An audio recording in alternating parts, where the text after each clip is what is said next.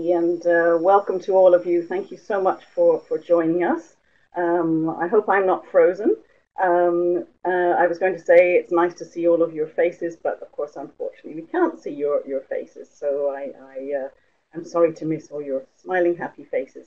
And nice to see a few people joining from different parts of the world as well, which is what this is about.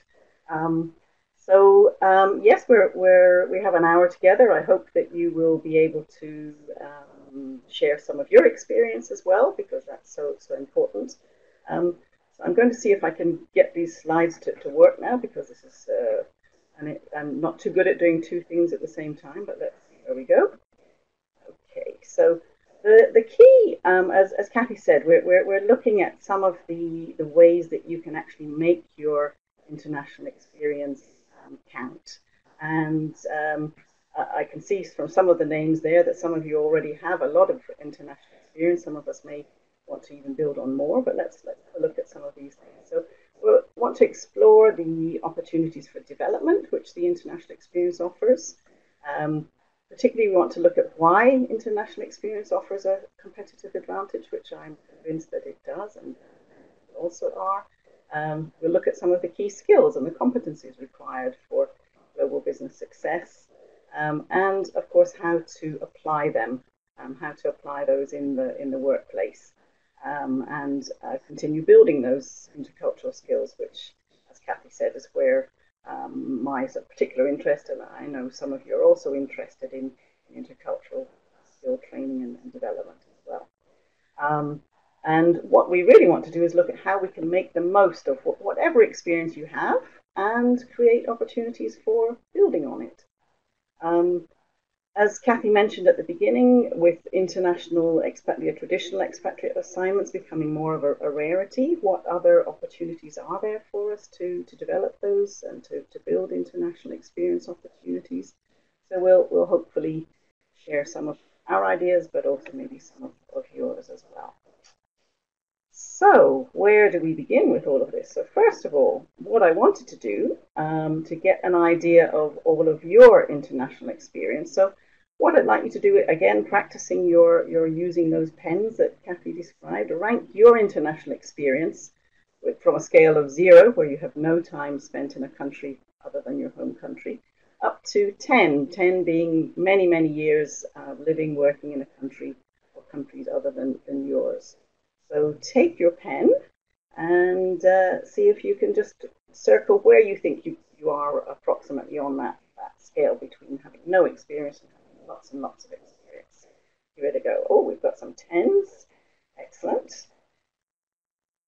And some 2s, 8s, 7s. Wonderful. Yeah. So a whole range. Excellent. So we're going right across the scale. Quite a few very experienced people. Some feeling perhaps less experienced, but it all counts. It's all valuable, and of course there are things that you can do to develop more experience and even to make the most of the experience that you have. So we'll sort of take a look at how we can go about doing that.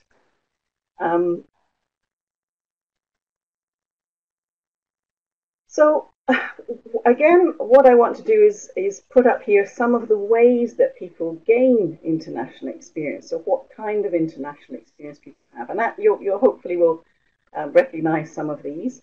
But as they go up on the screen, if you feel there's ones that you identify with, put a tick by those as well. And again, we'll get a sense of where you all are. So often things like long-term study abroad, for example, language study, or even studying, engineering or other subjects as well. Studying at university abroad is one of the main areas where people get experience. Some people grew up with it. So in my case, my parents took me traveling, had international expatriate assignments from a very young age. And then I personally then went on and did long-term study abroad as well, language study and other areas. Some people have expatriate assignments, or their employers have initiated international assignments, where long-term being more than 1 year. We also have people who might not have had so much experience, but maybe wanted to. They didn't have the chance. And of course, increasingly nowadays, you get people who who are on self-initiated long-term international assignments where the company doesn't send them, but they choose to go and live in a country and work either for the same company or another.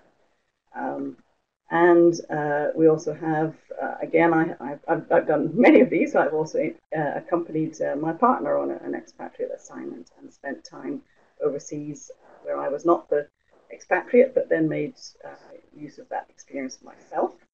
So if you feel that you want to tick any of these, or just think about which ones apply to you. So working also, many people working with international teams and clients, maybe virtually for much of the time, but with occasional visits as well. Good, we've got a few ticks coming up. So somebody who's studied abroad, somebody who's been on international assignments, somebody, maybe all the same person, but it just shows the kind of range of experience. And there may be other things as well. So, you know, if you feel moved to do so, you can always add things in the chat. But sometimes rather than actually going to study a particular subject, but your university might actually offer a study abroad term, a semester, or a year as part of the university course. So lots of different possibilities. And you will find that sometimes people start with one and it becomes a bit addictive. You maybe enjoy it so much you move on and do some of the others as well, or you may mix and match. So that's really good to see that we've got quite that range of experience there. The only one we don't have is that never had a chance. So it seems like everybody here has had some international experience, which is more typical these days. Excellent.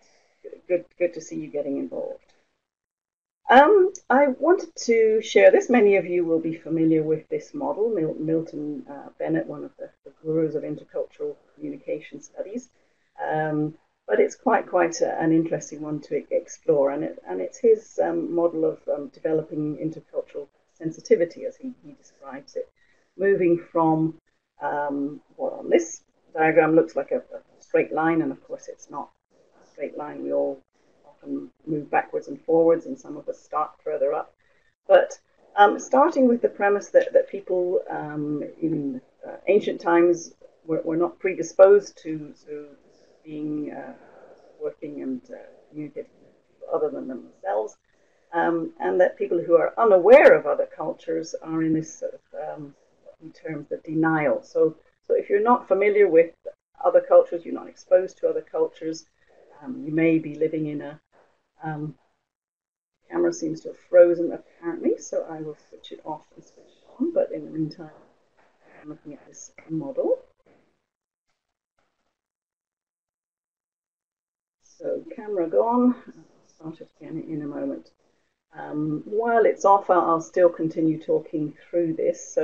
So moving from the denial, where you're unaware of any other cultures, to initial exposure to other cultures, which may be initially quite defensive. You're untrusting. What are these people who are coming from other places? And then as people become more comfortable, sometimes there's a stage of what's called minimalization, where you actually minimalize the differences and say, oh, well, we're all the same anyway. We all share the same needs and values, which to a certain extent is true.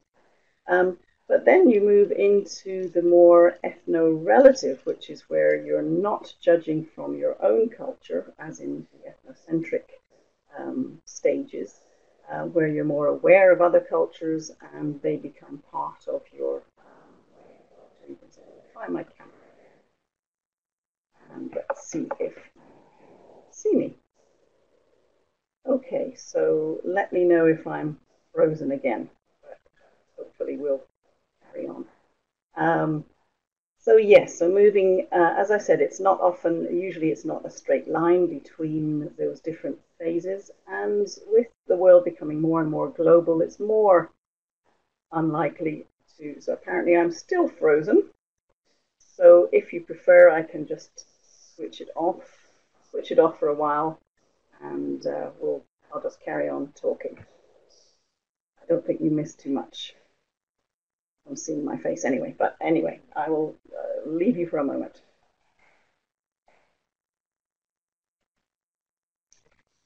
Okay, so we're at that acceptance, so moving beyond the stage where you're minimalizing the differences and accepting them. And there may be backwards and forwards between accepting, okay, there are different types of people, and adapting to those as well at the next stage, and you may move backwards and forwards.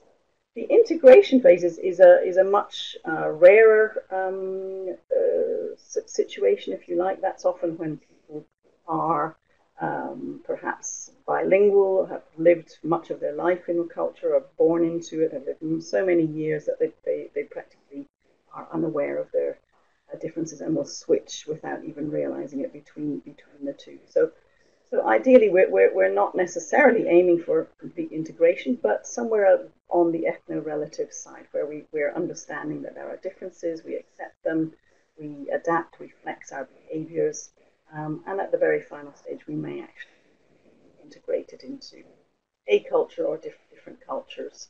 And the same can be said of organizations and societies as well. So that's just sort of giving you an idea, but all of these phases, you don't necessarily, the international exposure doesn't necessarily make you more adapted or accepting, but it often has a big influence. So we'll look at how that works. And when you ask people what they enjoy about international experience, so quite often, these are just a few comments from people. You do a quick straw poll. What do you enjoy about it? International experience? Often it's things like new experiences, meeting new people, new friends, adventure, maybe a better lifestyle in many cases, better weather, although I can't understand anyone coming to Britain for better weather, but in other places maybe. Self-development is often an issue, and opportunity, just the opportunity to travel, to see new places, and a chance to learn new skills. So lots of positives there. Not necessarily related to the work, although of course work is important and a big part of it, but often it's the other issues that people are more tempted by. However, it's not all good fun. There are also challenges, and I've just put a few of the ones that people cite commonly here. So we have things like culture shock, whether it be adjusting to a new culture can be a big issue.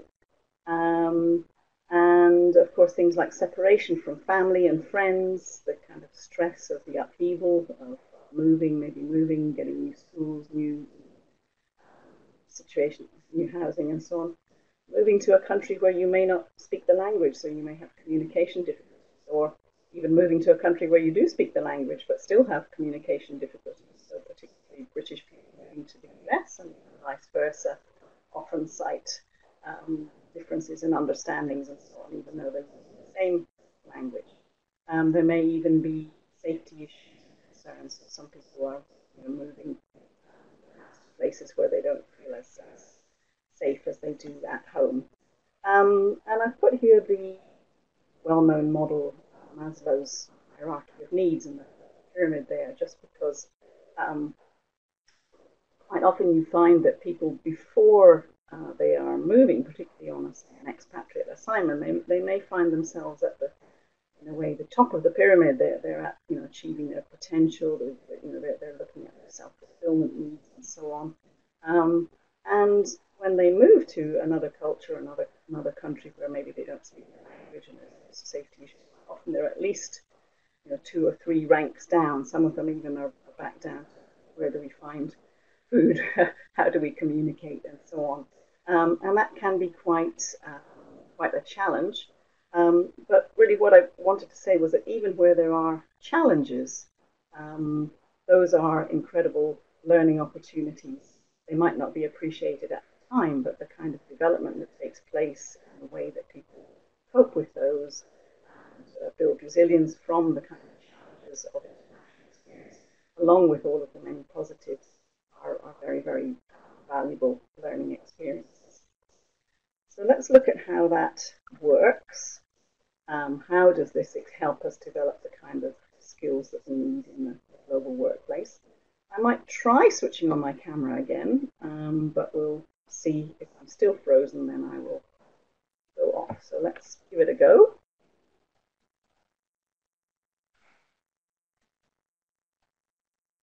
So, am I frozen or not? A big question. Can you tell? Let me know. But in the meantime, I will move on anyway. So, yes is still frozen. I will go off. But anyway, I will wish you a farewell from my face and switch off the camera.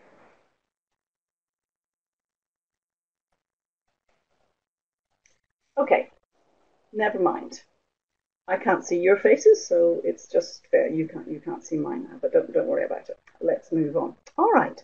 So how does this impact our learning and development and help us with those skills? So one of the key things is that when you move to a new culture, a good metaphor for it is it's like playing a game. So even if it's not a new country, but to a new school or a new organization, you are finding your way, you're learning the rules, you're trying to figure out how to play the game, and you're trying to enjoy it as you go along. And all of that going on at the same time is very, very powerful in terms of development. So some of the things that happen as a result of that we'll take a look at. And it's a very sort of profound experience. Sometimes you're enjoying it, sometimes you're not, but in any way. And this is, again, a model that all of you will be familiar with, I'm sure, the Iceberg Model, developed by Edward Hall and showing culture like an iceberg, where the tip of the iceberg is much smaller than all of us below the waterline. So the things that we're aware of. And I find that this is particularly important when you are going, especially to work in a culture or to live longer term than just going on holiday. So I find that when people go on holiday, they are very well aware of things like the food, the customs, the language being different. They may like it, they may not like it, but it's there. It's quite obvious. But when you're actually living in a country and working with people, then it's more of the issues at the deeper levels, the values, the perceptions, beliefs, and attitudes that you're coming up against. And so that is also very important about the international experience in terms of development. So we're going to take a bit of a look at it in more detail about how that works as well. Because one of the key things, of course, is being aware of your own culture. And one of the things of traveling and working internationally, which people don't necessarily immediately realize the value of, is the awareness that it gives you, the perspective of other people's views of your culture, and suddenly you notice things you wouldn't have been aware of before. As this quote, I think, very aptly sums up, that we are no more aware of our own culture than the fish of the water it swims in. You just take it for granted. That's the norm. That's the normal. And it's only when you're actually exposed in a sort of at the deeper levels that you become fully aware of the impact of your own culture and how it affects on the way that you interact with other people. So that's one of the important things. And how does it do that? But the key ways that helps, as I say, it's about providing different perspectives. So sort of summing up, it helps us take those different perspectives. It challenges us. It takes us out of our comfort zone. It helps with the ability to code switch. So people who are quite familiar with working with people from many different backgrounds and cultures are able to switch codes to maybe sort of slightly modify their behavior if they find one way is not working. If you're meeting somebody and they're quite reserved, you might realize that they need to be encouraged or asked to contribute to a meeting rather than assuming that they will, for example. So it helps us build up the kind of knowledge and the skills and the attitudes and so on.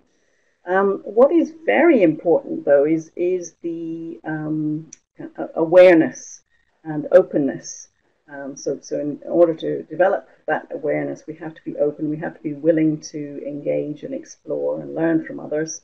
And we also have to be able to practice new behaviors. So it's not just about the awareness, but actually changing our behavior, and the way that we act is very important.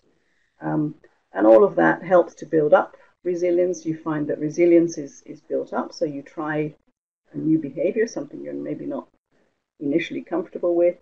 It may go well or it may not go well, but you learn to try and do it in a different way, and then you become more able to try these new behaviors. So each thing impacts, and it's a kind of circular effect. In terms of making the most of any experience you have, and I'm shortly going to actually ask you your opinion, do a quick poll on this, but one of the things to point out, of course, you can still be culturally competent and intelligent even if you haven't lived abroad. You may have international experience, you may have worked with diverse groups, diverse people and organizations.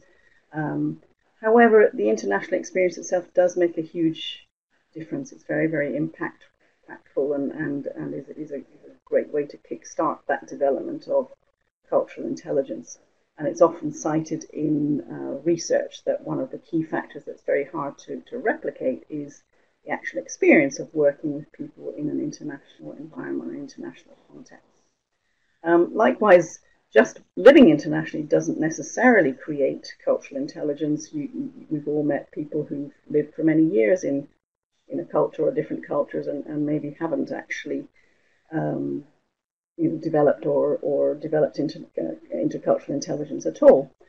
The key thing seems to be the kind of developing of networks, the interacting with people, the experiences that all make a big difference. And all of that helps to build the resilience, as we mentioned, and the kind of tolerance for ambiguity and complexity. Just a quick side note as well, that early experience, so for example, those who have spent their childhood and had maybe in different countries, that can also be very impactful. Those who've grown up in cultures other than their own, who may have learned languages as a child, it might not be immediately relevant in terms of work skills, but it has a big impact on your cultural intelligence and your cultural skills. So what I wanted to ask you now, if we're able to do a quick poll, so what do you think is more important for success in the global workplace? Work experience, so international work experience. So it looks like we have quite a high preponderance of people who think that the most important thing is the actual work experience. You may be interested to know that research shows that, in fact, in terms of developing that cultural competence that's important for doing well in the workplace, that it was much more the non-work related experience was at least as important, if not more important, than what actually took place in the workplace. Which doesn't necessarily mean that you can go on holiday and just lounge around on the beach and pick up cultural intelligence, but it was relating to those interactions with people, in particularly social contexts, understanding more about people in terms of their background, spending time doing things that were not necessarily to do with work, but were helping develop relations and build experiences that were actually as valuable, if not more valuable, than what actually took place in the workplace. So that might help give you an excuse to go traveling and do things that you're interested in, and not necessarily just outside of work. But we'll look at how that applies and how that might be important for you as you go on work experience trips and so on. So it's not to say that work experience is not important, but when you go on these sort of international work experience, either in interns or on business trips or whatever, do allow time and pay attention to what is going on outside the actual office environment, social context, relationship building, and so on. Okay, great. Thank you for that. let us move on. So when we actually look at the competencies, the skills and the competencies, the knowledge, of course there's so many different things, but we'll look at some of those key areas where it's important to develop the skills which actually help you in the international and the global environment, but also which are developed by this kind of international experience.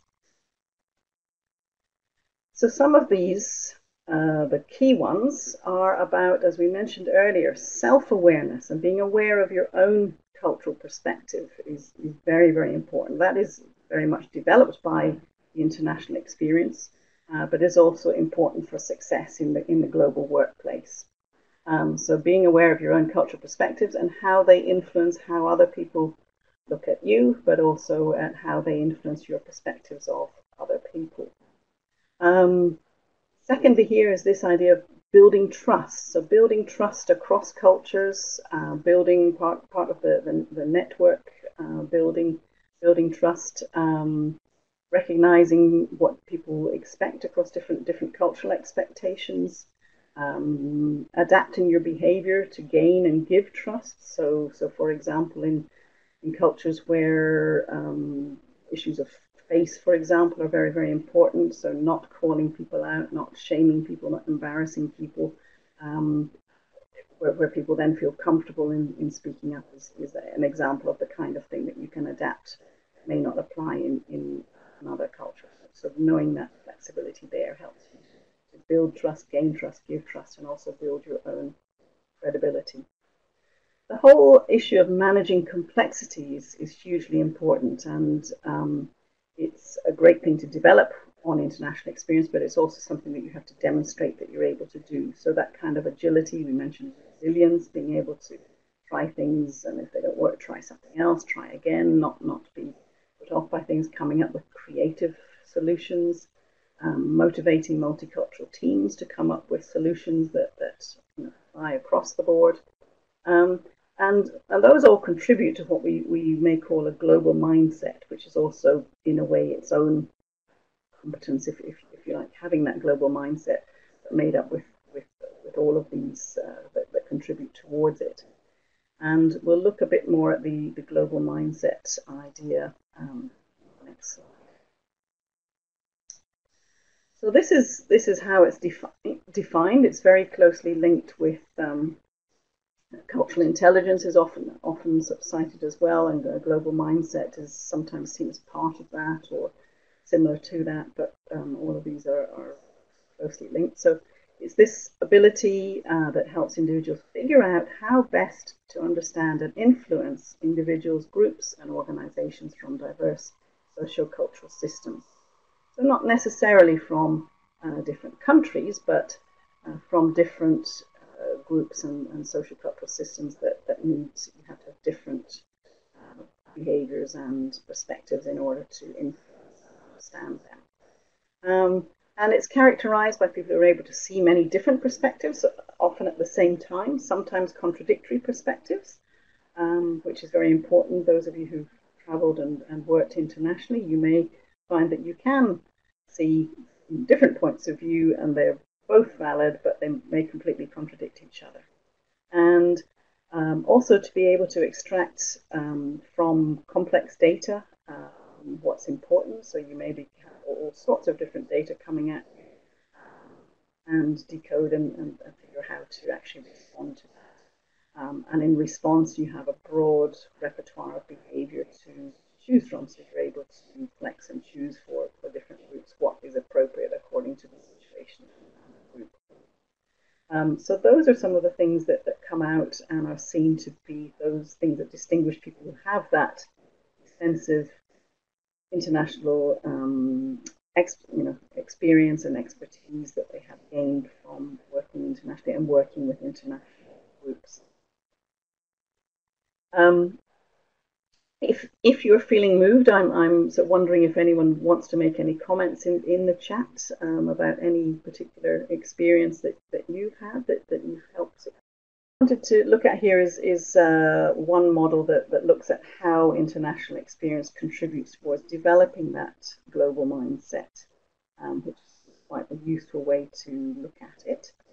And one of the things that is very important about the kind of, as I say, the profound experience of international experience is that quite often the experience of being in kind of new and for individuals strange environments, not what they're used to, very different from what they're used to, can be seen as absolutely, eye-opening. Some people describe it as, they had a real eye-opening experience, and it completely challenged their beliefs about their own culture and values and so on. And that's what is called in academic terms a boundary testing. And boundary testing is one of the sort of first stages where people are experiencing these new and strange environments, having these experiences, which can lead to a cognitive shift. So it can actually make people suddenly aware of other points of view and the validity of other points of view, and also, as we talked about, this perspective taking. So others seeing things from other people's perspective, and also getting an idea of what other people's perception of your points of view is, and being open to looking at those. And that can lead to what we call a state of inquiry. So this is where you're being open to looking at different perspectives and looking at understanding where those are coming from. So rather than going and imposing yours on, so not going and saying, right, here I am from head office and this is what we're going to do, it's trying to understand and observe and reflect and understand what their perspective are, and then perhaps come up with solutions and ideas which are would use both, what we call a synergy. So that state of inquiry is very much very important, that state of being open to different ideas, observing, reflecting, seeking to understand, asking questions. And that goes on to understanding of those helps you then understand and influence across those diverse social and cultural systems. There are a few things that are very important that influence the success of this. So, for example, influencing factors include personal characteristics. So you do find that some people who have very kind of open-minded attitude, some people who have had early international experience tend to be better perhaps at doing that boundary testing. People have different personalities. There's still a lot of research being done on that. Another thing that is important is that it should be authentic. So authenticity is very important. Sorry, I put a typo there, but you've got to be true to yourself. You can't fake it. It's got to be something that is genuine, and there's an awareness of that. So doing what you're comfortable with. So for some people, boundary testing might be doing something completely different and much more adventurous. For others, for example, I've spoken to somebody who I was encouraging him to try boundary testing. He was going on a lot of business trips, so he always went to, whenever he went, he would stay in the same hotel chain. He would eat in the hotel. He felt very uncomfortable going out of the hotel. He would go from the hotel by taxi to the office. And for him, boundary testing was suddenly going out and taking a walk from the hotel and going to a restaurant where there were no menus in English, and he had to try and communicate in another language. So people, have different levels of testing their own boundaries, and the more you do it, the better you get, and perhaps the bigger the boundaries get.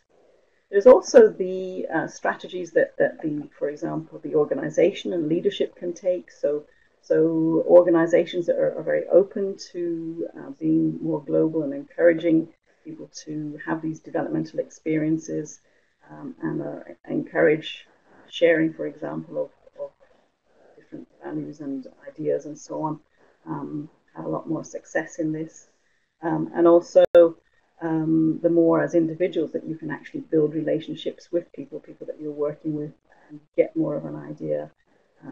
Be open to this inquiry state of inquiry, in a way. So probably have also heard appreciative inquiry. So it should be a very positive way of trying to find out, seeking to understand rather than judging, not making a judgment until you really understand.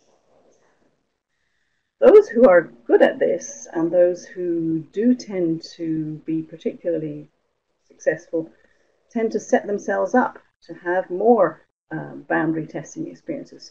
So in a way, it's a cycle. So the more of a global mindset you develop, the more you think, okay, I will set this up. I will create an experience so that I can have more of a boundary testing experience. Now, this is a great chance, and I would like to ask people to jump in with any ideas, anything that they've done in terms of creating boundary testing experiences for themselves. Is there anything that you've signed up for or put in place that has been a bit of a challenge, but you thought, I'm going to try this, I'm going to do this, and it's a really positive experience. So give us some ideas.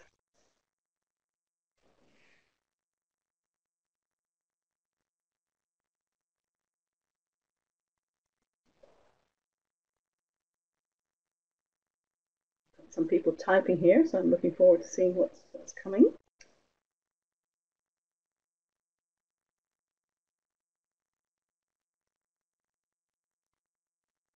And as I say, it's interesting because what may be a boundary or something that's challenging for you might be something that somebody else finds easy. But so long as it's something that you feel is pushing your own boundaries, which you are then developing.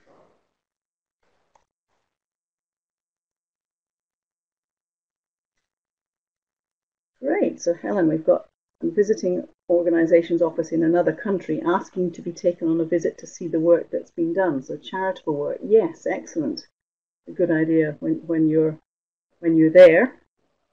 Go take it. It's part of this taking a bit more time and seeing other aspects and seeing a new aspect of work and maybe pushing things. Getting a few more ideas here.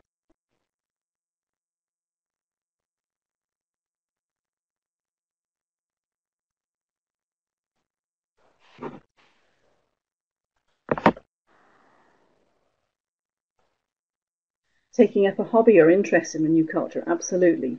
And that is one of the key things, in a way, having a project, learning something in the new culture. So whether it's learning a dance that's particular to that culture. One person cited horse riding, so they'd never been riding, but they took up riding in a new culture, and they of course had then to deal with the language and the style of instruction and so on. So it's maybe not necessarily the actual work related stuff, but then reflecting on, okay, how might that be different, and the interaction that you have with the people who are involved and other people who are doing that hobby is very important. So that's great.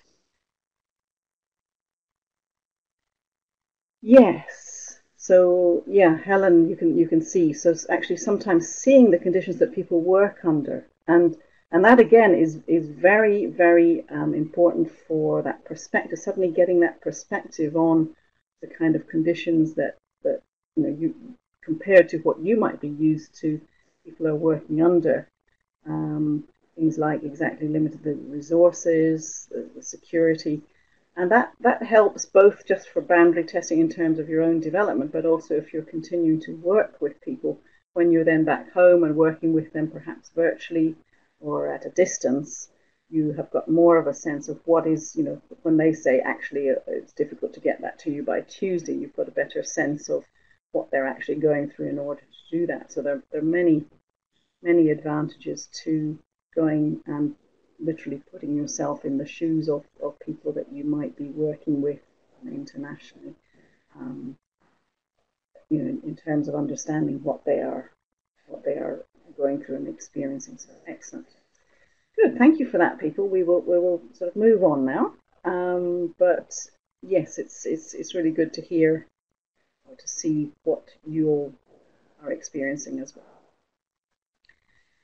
In terms of competitive advantages, what does this international experience, what kind of value is it to people in the workplace and to our employers, and if we're trying to sell ourselves? So, of course, some of it, many of you will already be familiar with, but various different quotes. But it's seen by people in business to be a very important attribute, that cultural awareness, the ability to work across cultures, a number one most valuable skill, global leaders, so that operating in international multicultural contexts, and all of that is so important. Of course, everybody has different professions that they're involved in, so you'll also have your areas of professional expertise, but adding that international and intercultural experience to your professional expertise is extremely valuable. And evidence shows that if you have, say, a monocultural team versus multicultural teams, at the end, the high end, so when a multicultural team is working well, it is more effective and can be highly effective compared to a monocultural team for reasons of things like a different range of perspectives, people coming up with multiple solutions, different ideas, maybe better understanding of the global customers or even the local customers, having input from team members who have local expertise, better problem, different definition, comprehensive decisions. Innovation is hugely improved by having a multicultural team. However, if it doesn't work well, if you have problems of communication, if you have different styles that people are not comfortable with, and so on, it can be ineffective. So you really need to have people like you who are able to leverage the culture and create almost a third culture, sometimes it's referred to, but to say take the best of both, or come up with ideas from the cultures that you're working with and create a synergy, create creative solutions, new alternatives, and have an even more effective team. So working across cultures.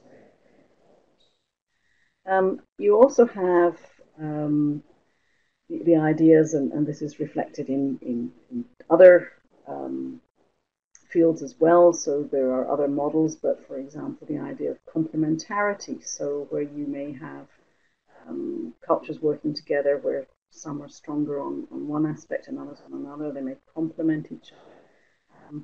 And as I mentioned, the idea particularly developed a lot by Nancy Adler, a lot of work on cultural synergy, where it's really seen to be not just trying to overcome the kind of negatives of culture or the gaps, but to actually look at the positives and the new perspectives, building to something that's even more important, even better, even more impactful.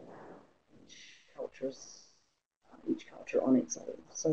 So there's many positive aspects, and people who have that comfort with the ambiguity and uncertainty of working with different cultures tend to be better at coming up with those creative alternatives because they're able to see the different perspectives. So looking a bit more at that and some of the specifics, because I realize we're coming to the end of the hour, but we will. What I wanted to look at, we've looked at some of the ways of taking up a hobby and looking at ways that you can actually use the experience that you do have. I wanted to ask everybody to also write it either in the chat box or in the boxes as well, some of the things. So when you're actually on the international experience, whether you're there on your internship or your gap year or whatever it is, or if you're actually on a business trip or on an expat assignment, any other ideas that you might have for making the most of that experience? Any tips that if somebody was asking you, just that you would give to them, making the most of the experience while you're actually on it? Write those down, and then I'll share some of the ones that we came up with as well. They may overlap. So chip in either in the box, I think you can write in it, or you can put in the chat line some tips that you would give people on making the most of international experience.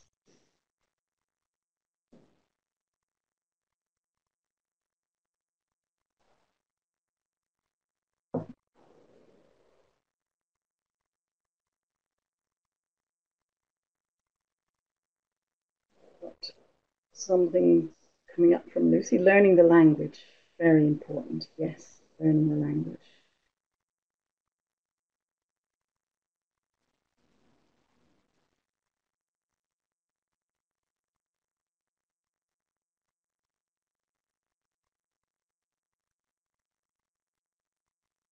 Spending time with local people, not just other expats. Exactly, get out of the bubble.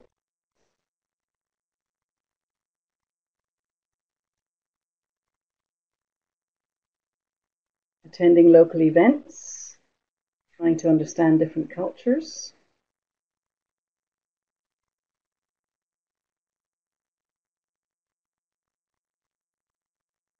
Getting to know local people at work outside your team. I think that's very important indeed.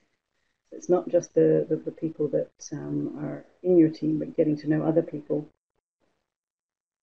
Traveling outside the city, very valuable. Yeah, very valuable.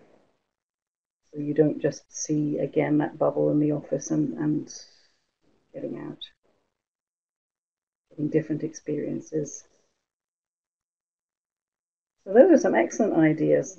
These are sort of some of the things that we've put as well. So getting to know people, understand their perspectives, being curious, trying new things, food, visiting local museums, etc. So learning more about the culture, the country that you're going to. So take time and see things like museums, traveling outside the city, learn a bit of the language if you can. If you're there long term, absolutely learn the language and learn any languages that you can. Having a mentor is I find very valuable. If you can find somebody that you get to know that can help explain, somebody who maybe has, again, different perspectives, so may have a perspective on, may not be, sometimes may actually not be a kind of native local person, but has been there a long time and has a different viewpoint. Cultural training and coaching is very important, getting to know people, listening and observing and reflecting, especially on ordinary things. So often it's not the major things. I always like doing things like visiting supermarkets or markets and seeing what people eat or how they cook them, and allowing time for sort of social interaction and, if possible, maybe getting to know the people that you're working with. Maybe you're invited, certainly go along to meet family or go for meals, and engage in that non-work discussion. It is also good if you can record things, so make some kind of a diary or a blog. And I think when you're visiting or when you're new, you really notice things, and that's where you can note down differences, similarities, and trying to see advantages of different approaches in the way that people approach things. So that challenge yourself, try out, as we said, try out new behaviors, try out doing new things, put yourself in that situation where you're challenging those boundaries and thinking of, just apart from anything else, very interesting, but try out those new behaviors and see how they work.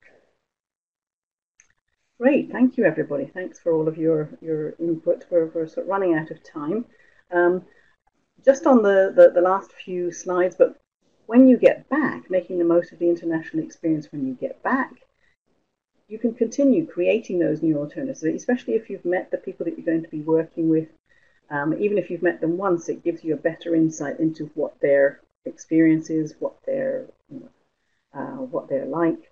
You can continue maintaining those international relationships. Try and identify the knowledge and the skills and the competencies that you've gained, and think about how they apply to the job that you're doing, or if you're applying for a new job, how do they apply to what you want to do. You will probably have to manage your own career visibility. Sometimes HR department or the potential employer or your boss, they may be too busy, or they might not notice, or there might not be systems set up in order to say make the most of those developments that you've experienced on your international experience. So do a report, offer to do a presentation, offer to host a discussion group or something to share the insight that you've had, and also to give yourself visibility about what you've learned. Ideally, again, find somebody who champions the idea of international experience that you can work with and can help you with that. One thing just to be aware of, I know we're not talking so much about repatriation, but there is a big turnover. People who come back from international expatriate assignments, up to 50%, if in certain companies, of the repatriates leave the company within a year after their return, with many of them saying that they're frustrated because they're not, their skills are not being used and the knowledge is fully utilised. And so that's certainly an issue for HR departments. But for individuals, I think the big thing is really to try and sort of manage expectations, but also to make people aware of just how impactful and important that international experience has been in the ways. I'm going to just move on to the final thing. So just to give you ideas with your expatriate assignments out there, again, you've probably got ideas here, but things like volunteering, language learning, signing up for language learning, and also language teaching, learn how to teach English as a foreign language and live in the country and experience and at the same time. Take advice, take extra time on business trips. So a lot of people take time to be able to go out of the city to explore, to spend time with colleagues, etc. Or if you're going to a country where you know you've got colleagues there, get in touch with them, say, I'm coming in, where would you advise I go, and their advice. And look at job swap or exchange opportunities, the self-initiated expatriate assignments.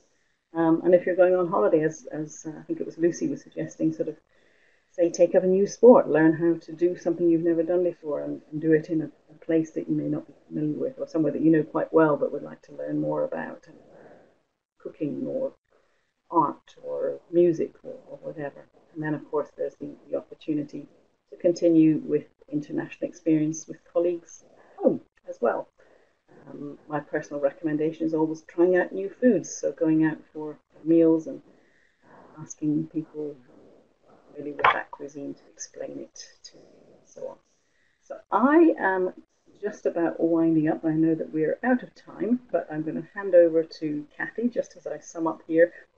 Don't forget the huge value of that international experience, the kind of cultural intelligence that it leads to, and all of these great skills here that you can say to your boss or your potential employer, look, I had this experience, this is the skill it's given me.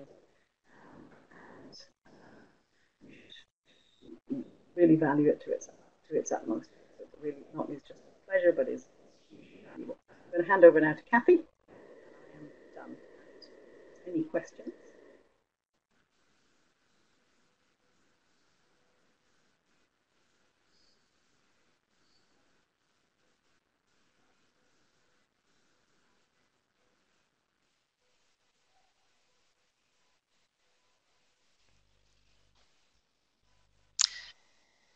Thank you so much, Joyce. I think there's so much to cover in this topic and there's so much experience to share. If people do have any questions, I am conscious of time, but if you've got any things you want clarifying, just quickly type them in for us. Otherwise, do feel free to drop us a line at another point, and we're always very happy to come back to you. I can see some people have already left due to probably meetings on the hour. So we won't take up too much more of your time. If you have any comments, just put them in as I'm talking about other things, but just a few kind of notices from us very quickly. Those of you for whom London is accessible, we have a couple of courses running next month, very much in line with this topic. So probably our most popular course is Working Across Cultures. That's running here on the 13th of November, and then a week later, if any of you are here in the UK, as an international experience, we run a course on how to work with the British and understand our particular mindset. So that's a week later on the 20th. Last thing is the next webinar, which we're going to be joined by our partners from World Work. So Abby Beckley is going to be joining me, and we're talking about some of the tools they use, but the concept around push and pull in international management styles. So hopefully we'll see all of you there. As I said, I think at the beginning, you will get an email from us with the recording from today. If you have any questions, drop me a line. I can pass them on to Joyce. But otherwise, we'll let you get on with the rest of your day, or go home if it's the end of the day for some lucky people. And hopefully we'll see you on another webinar before too long. Thanks again for joining us, and talk to you soon. Bye-bye.